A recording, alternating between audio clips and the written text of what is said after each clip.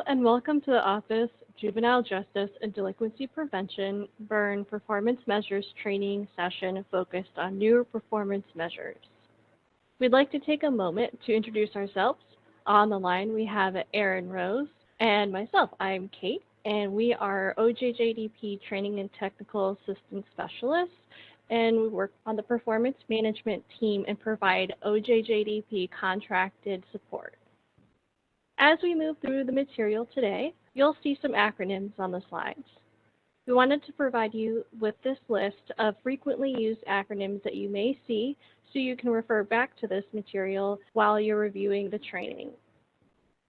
The learning objectives for this webinar will be starting with the OJJDP solicitation review.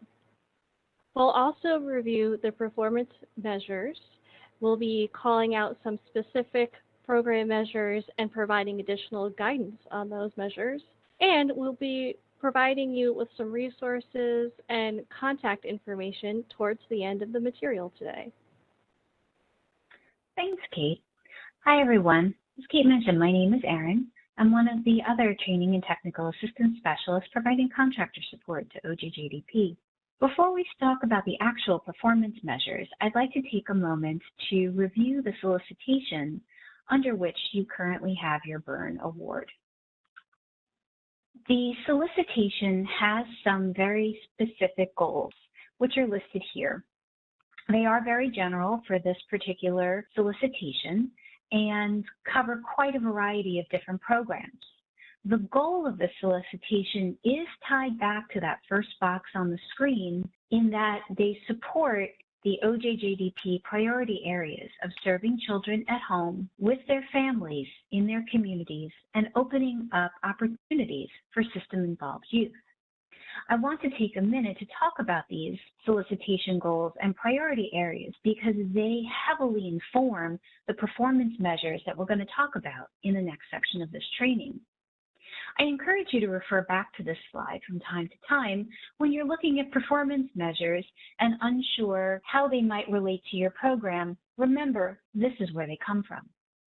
Performance measures are important for your program as well as for the Office of Juvenile Justice and Delinquency Prevention.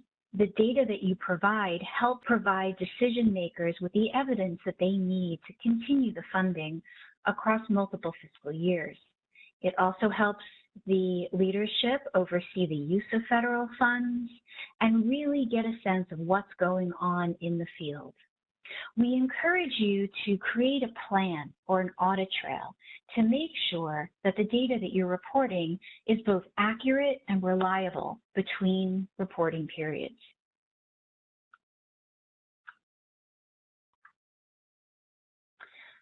Just again, a quick review of the priority areas associated with the Byrne solicitation. The first goal, improve the functioning of the criminal justice system. Goal number 2 is to prevent or combat juvenile delinquency. And goal number 3 is to assist victims of crime in areas other than victim compensation. Again, these goals will heavily influence the questions that you're going to see when doing your performance report. Now we'll be taking a closer look at the performance measures. We'd like to take a moment to encourage you to follow along with the questions and definitions document. First, we'll start on the first page, and you'll notice that the first column says percentages. Now, this is something that our data analysis team calculates. You won't have to worry about that. We asked our grantees to focus on the third column with their data points. And you'll be reporting data collected during the activity period unless otherwise indicated. Throughout the questions and definitions document, you'll see overall measures, multi-program measures, and program-specific measures noted in the first column in parentheses. We want to take a moment to explain what this means. When you see overall measures, you'll know that these questions are asked of many grantees. These overall measures help OJJDP tell Congress how many youth overall were served. When you see multi-program measures, these measures are asked of grantees with shared target populations or those with a similar service delivery model and those with shared outcomes. And when you see program-specific measures, those measures are asked of the same solicitation in different fiscal years to report the data aligned to a specific population, funded activity, or desired result. Moving forward to the individual served section, this is question 1. You'll notice it's an OJJDP overall measure, and the individual served is used to verify other performance measure data. You may want to make a note of the total amount of individuals served in question 1 as you complete your reporting.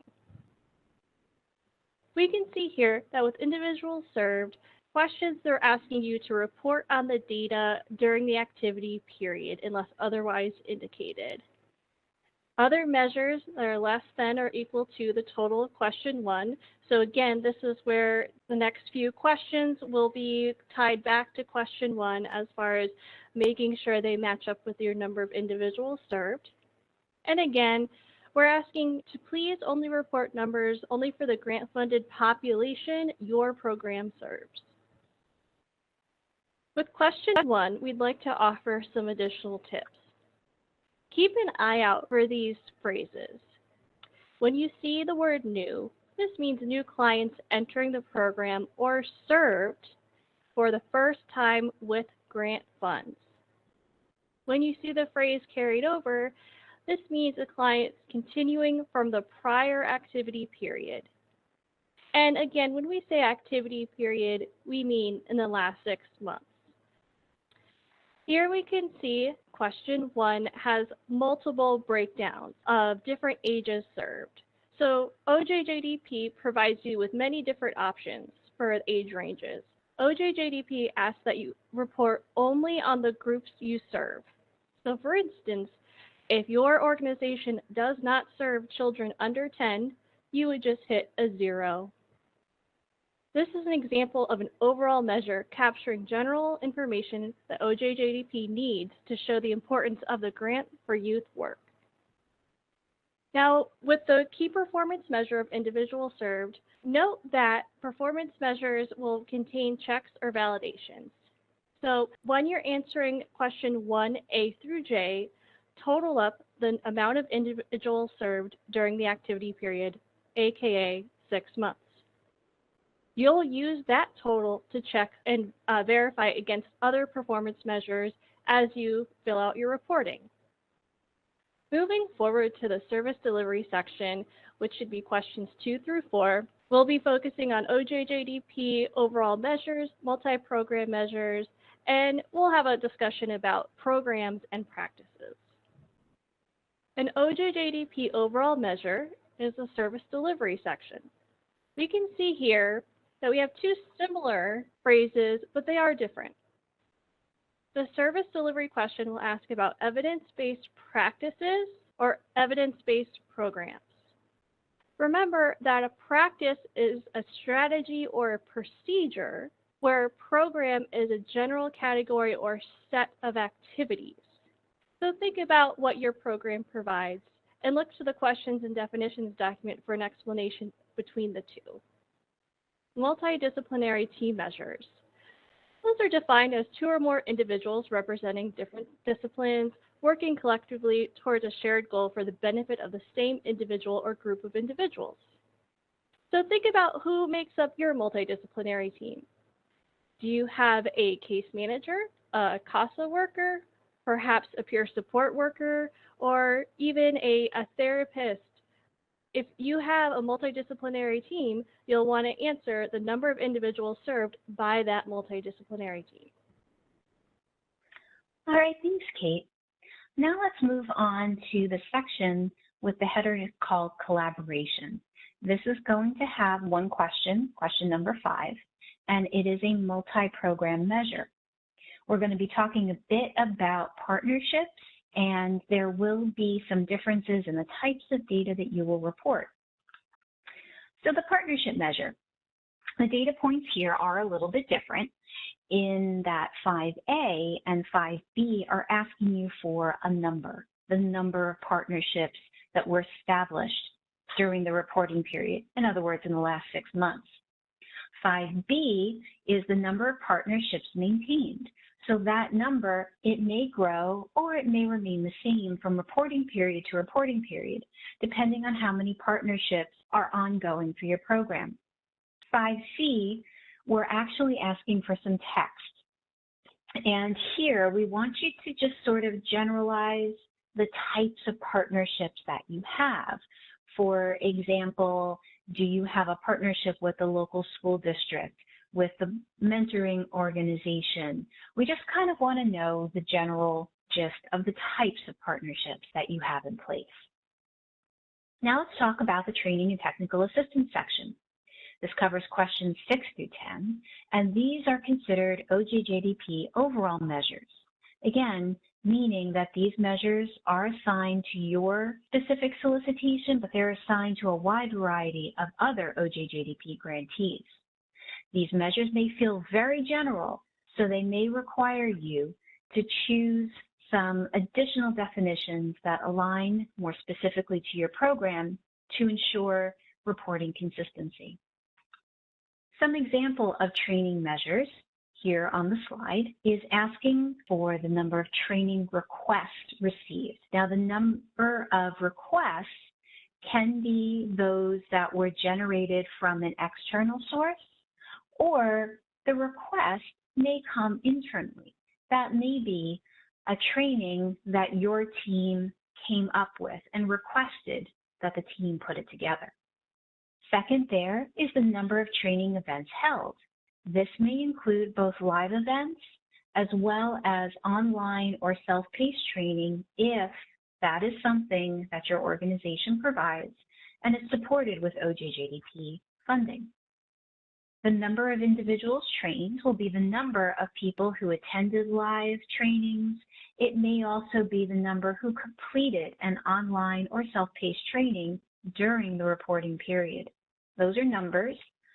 The last one, population trained, is going to be very similar to the collaboration section. It's going to be text. We're going to want to know just the general populations. For example, staff, meaning your internal team, prosecutors, police, teachers, the general population trained. Not a lot of detail is needed for this particular performance measure. If you want to provide additional information or go into a larger explanation of the training and who was trained, we suggest that you write that up as a story in your progress narrative report. Now let's take a minute to talk about technical assistance. This is a very broad term and can encompass a lot of different types of activities. You can think to include technical assistance that is provided to another organization or to another individual within your community. And these can be also outreach events that you have done. These can also include just requests, for example, someone from your organization to show up to a community event and sit at a booth and talk about the services that you're providing. So again, the first part there, receives technical assistance requests. Those can be requests from outside or again, from within your team. What we want to highlight here is the difference between letters B and C. B and C will be less than or equal to the total organizations who are receiving technical assistance. Thanks, Erin. Moving forward, we'll be covering prevention and intervention outcomes section. And those are questions 11 through 14. You'll notice that 11 through 14 are OJJDP overall measures, which again means they apply to a wide variety of solicitations. And this is a callback to question 1, the number of individuals served. So again, you may want to just remind yourself of the total of individuals served in question 1 and make sure you have that number handy. What types of questions with the prevention and intervention outcomes section can you expect?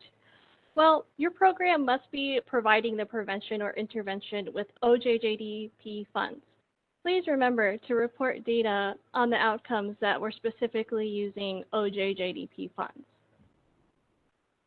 Remember that prevention services are used to prevent youth from entering the juvenile justice system. And when you're reporting adjust grants, keep an eye out for verifications, meaning that questions 12 and 13 must be less than question 11A.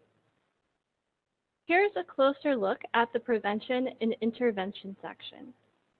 You'll see here that in question 12A, we've highlighted the number of individuals served, and in question 13A, we also have highlighted the number of individuals served.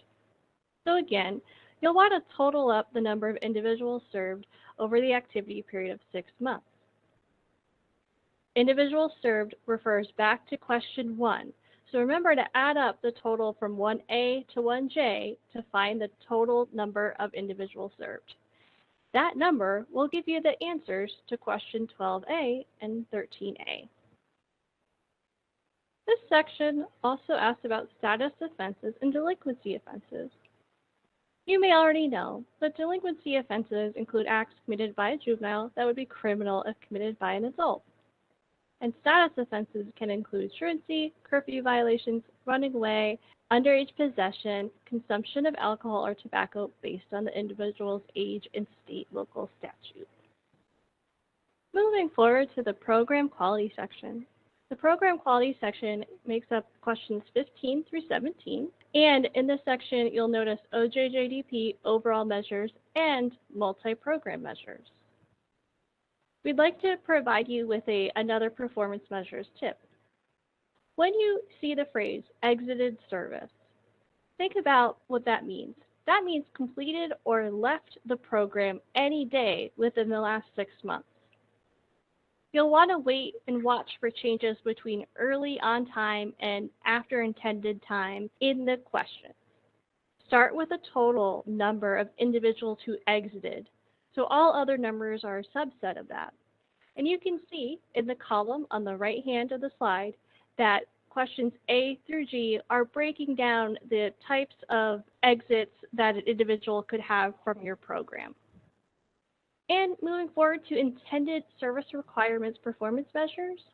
Now, when you're looking at these, remember that actions, behavior changes, and/or outcomes an individual is expected to achieve as defined by the program model and individual's risk level.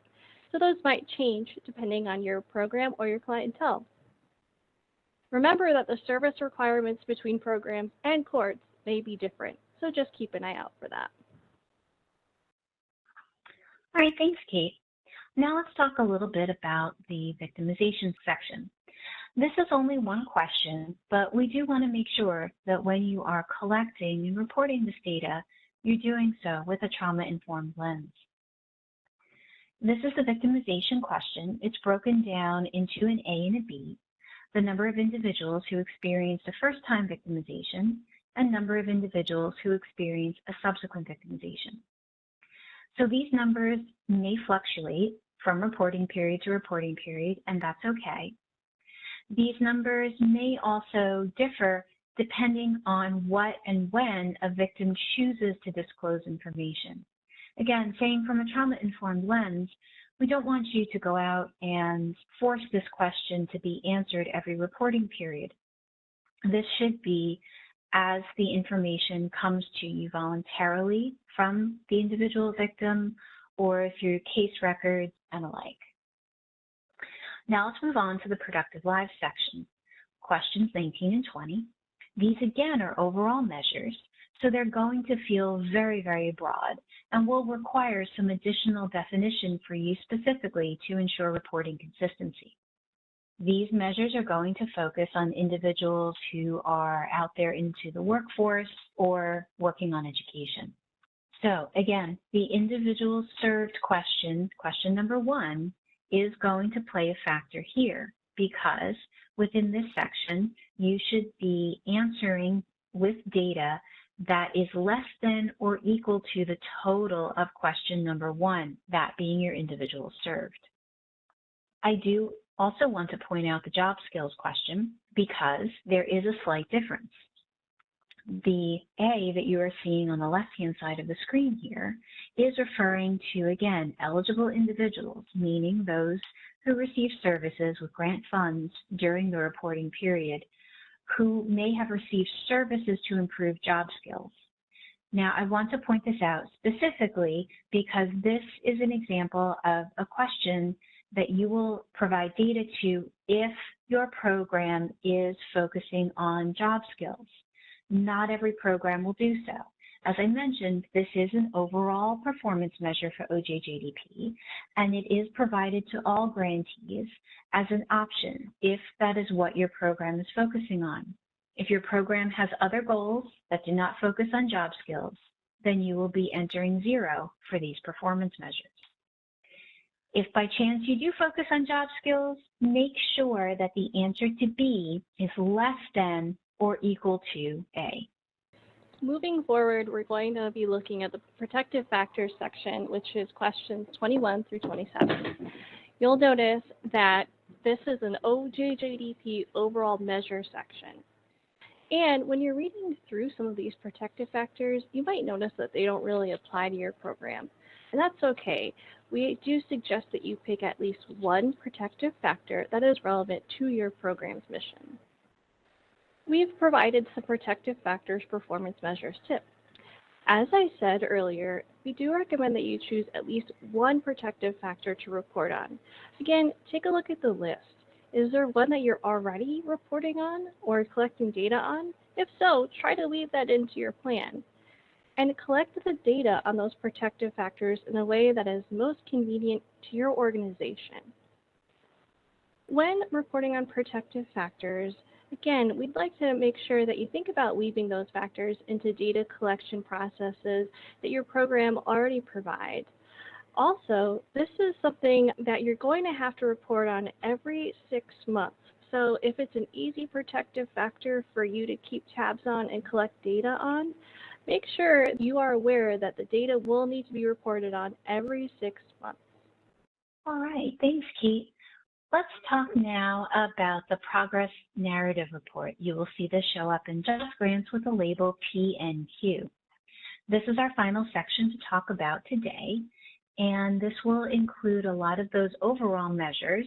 There are about 20 questions to fill out, and this is where you're going to be able to tell some stories and write a bit more about what your program is doing. The narrative questions will be the same each reporting period. The goal here is that qualitative data. It's the information, it's the stories and the individual things that have happened to clients as well as to your program. We do want to ask that you keep an eye out here for the secondary protective factor effects questions, which we will talk about in just a moment.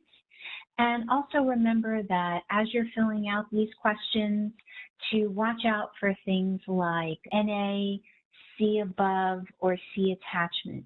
Make sure that what you are writing is understandable to anyone who may read it and give some context as to why something is not applicable or why you want someone to see another attachment within the progress report. So again, what we want you to do as a main goal for each of these narrative questions is to find those stories and to summarize the work that you have done within the last 6 months, as well as where you hope to go in the next 6 months.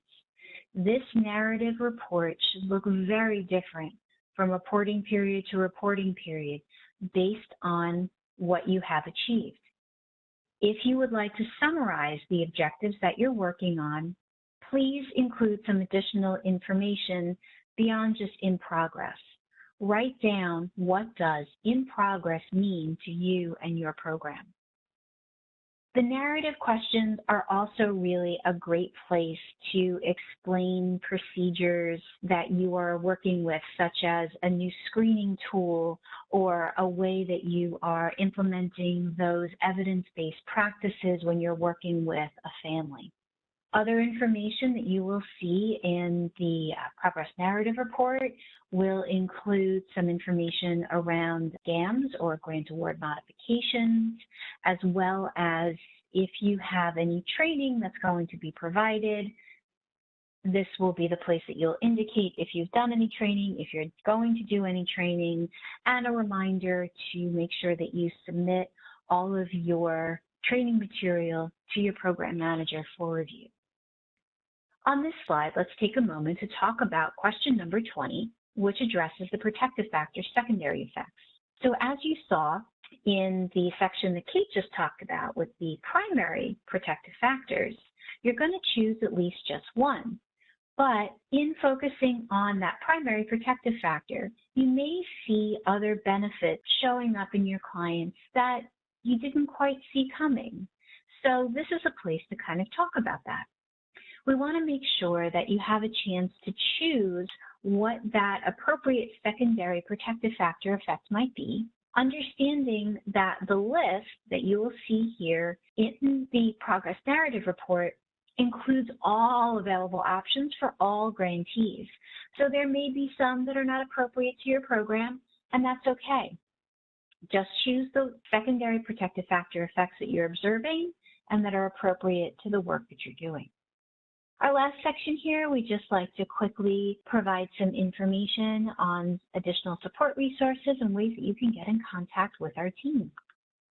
We have a variety of different resources that are available on the OJJDP performance measure web pages, such as other recorded trainings focusing on performance measure overviews, progress report, narrative writing tips, as well as kind of a general dictionary of reporting tips and terms. If the additional resources or this training prompts you to want to ask additional questions, that is wonderful. Please reach out to our team. We'd be happy to set up some time and a WebEx to be able to go over your reports and your questions specifically. The WebEx is helpful for a screen share. And we do say that these support sessions, they will start at about 30 minutes. This is an example of one of the printed resources I just mentioned, which is the OJJDP General Reporting Terms. This is an addition to your definition and questions document, and will provide some kind of more high-level terms and definitions. The contact information for our help desk, where you can ask additional questions, get links to pre-recorded trainings, or set up one of those technical assistance calls, is noted here on the screen now. In addition to performance measure support, there are a number of recorded trainings and checklists available on the Just Grants website that are specific to performance reporting. So we have some of those that are here, and you will find links to these as well on the OJJDP website.